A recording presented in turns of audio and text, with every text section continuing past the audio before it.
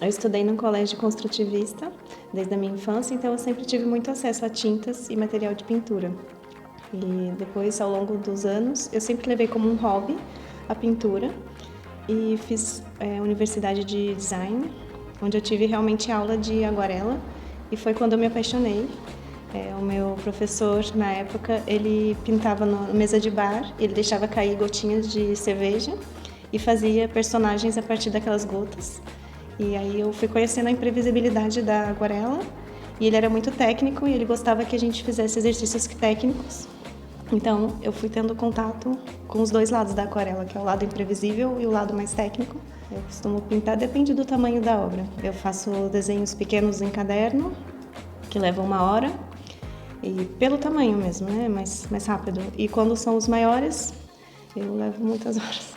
Esse, por exemplo, dos golfinhos, que tem um fundo branco, não trabalhei o fundo, fiz só os golfinhos e levei acho que umas 6 horas no total. Assim. Hoje eu trabalho a partir de fotografias. Eu tenho tentado tirar eu mesma as fotografias, mas eu pego fotografias de referências diversas. E hoje tenho tentado eu mesma fazer meus próprios vídeos e fotografias e trabalhar a partir do que eu vi. E os golfinhos foi um passeio aqui do Algarve, que é bem comum, de Vila Moura, que vê os golfinhos e vi eles por cima. E aí tive a vontade de pintar eles por baixo da água. E o fundo branco me facilita muito.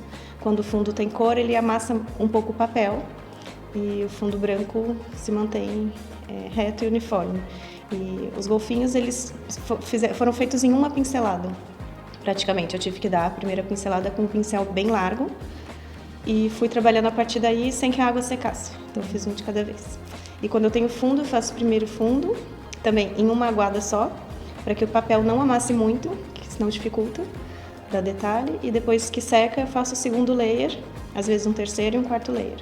E o segundo é o que vem na frente, com um pouco mais de pigmento, o que é o fundo sempre mais claro, para dar o destaque. As carpas foi um desafio pessoal, mas meu e do meu marido, que ele me desafiou a pintar um fundo escuro. E foi justamente o oposto dos golfinhos. Como o fundo era escuro, primeiro na aquarela a gente dá as cores claras. Então eu fiz primeiro as carpas, com o primeiro layer, e depois fiz o fundo escuro. E elas tinham que ter um movimento, e o movimento se dá com a água. Então eu tive que fazer o fundo escuro e jogar um pouco de água para dar alguns efeitos de movimento. E as carpas têm um movimento bonito, elas dançam na água, né? Ainda mais quando são muitas, como no caso do quadro, elas bailam e parecem pequenos dragões, assim, japoneses mesmo. E o movimento delas é muito bonito e a barbatana delas é muito leve, e que eu acho um contraste bonito de trabalhar.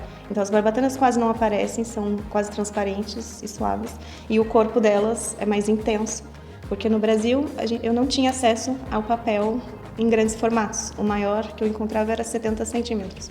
Então, aqui em Portugal, que eu tive acesso a rolos, que tem 10 metros por 1,5 metro, eu tive a possibilidade de pintar grandes formatos, que foi o que me interessou, despertou meu interesse, e eu fiz esse polvo que tinha 1,5 metro.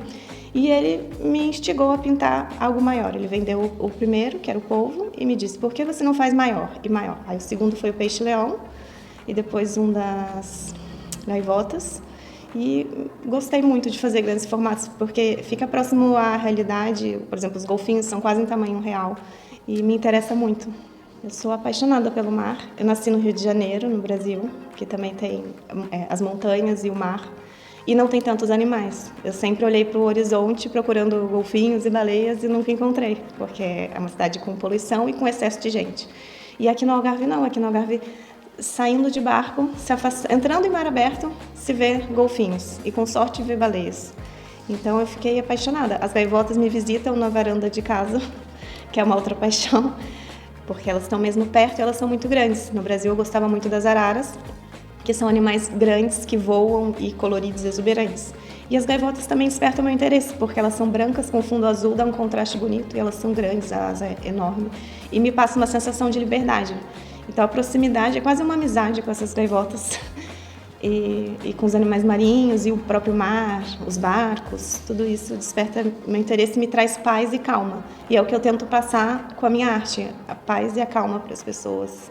Eu vi um documentário que chama I Am, que é muito interessante. Eles falam sobre as gotas de água vistas no microscópio e o quanto o sentimento influencia aquela gota. Eles colocam lágrimas E a lágrima de uma cebola é diferente da lágrima de uma saudade.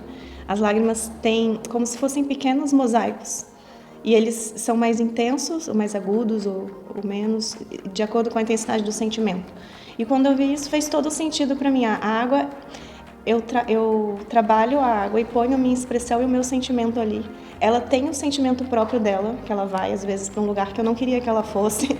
Ela faz coisas involuntárias, como se ela tivesse realmente muita personalidade. E o meu sentimento no momento também interfere nas vibrações, microscopicamente. Eu sinto como se ela trabalhasse com o meu sentimento. Os dias de fúria, que eu tô mais nervosa, fica tudo mais colorido e mais salpicado. Os dias que eu tô mais calma, fica mais claro e vai acontecendo, eu deixo acontecer. Eu vou manipulando a mancha e algumas manchas eu deixo que elas aconteçam porque eu acho que dá a transparência e o movimento da situação que eu estou representando. Eu me sinto...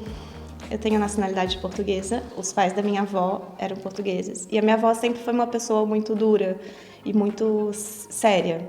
E quando eu vim a Portugal, eu percebi nas idosas aqui, a minha avó, eu encontro a minha avó em todas as idosas aqui. E eu acho que, como a minha avó tem um coração muito grande, eu vejo isso nos portugueses. São pessoas que são sempre prontas a ajudar.